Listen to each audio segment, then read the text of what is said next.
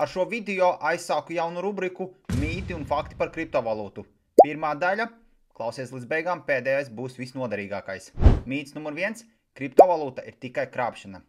Jā, ir daudz gadījumu bijuši, kad cilvēki tiek apkrāpti, ir visādas ponzi schēmas, kā cilvēki tiek apkrāpti, taču kriptovalūtā ir ļoti daudz labu projektu, un kā arī kriptovalūta aizvien vairāk tiek regulēta ar visādiem likumprojektiem, visādām lietām, kā piemēram Mika regulējums, Travel Rule un daudz citām.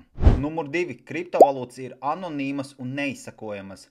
Patiesībā kriptovalūta balstās uz blokķēdes tehnoloģiju, un viss, kas notiek uz blokķēdes, tas tiek viss ierakstīts, un jebkurš cilvēks var redzēt jebkuru transakciju, kas ir veikta. Mīts numur 3. Kriptovalūtu var viegli nozagt vai pazaudēt. Jā, tā tas ir, ja tu neievēro drošību.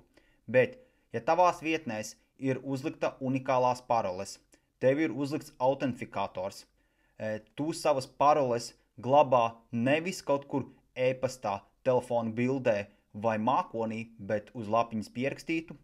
Tāpatās, ja kriptovalūtu tu glabā mākos, tad tavas sītfrāzes ir pierakstītas uz lapiņas un glabā drošā vietā. Vēl drošāk glabāt kriptovalūtu ir saucamajos augstajos mākos. Numur 4. Šodien otrdiena, 15. jūlijā, 8. vakarā, mums kripto numur 1 ir YouTube tiešraide. Gaidīšu tevi tur.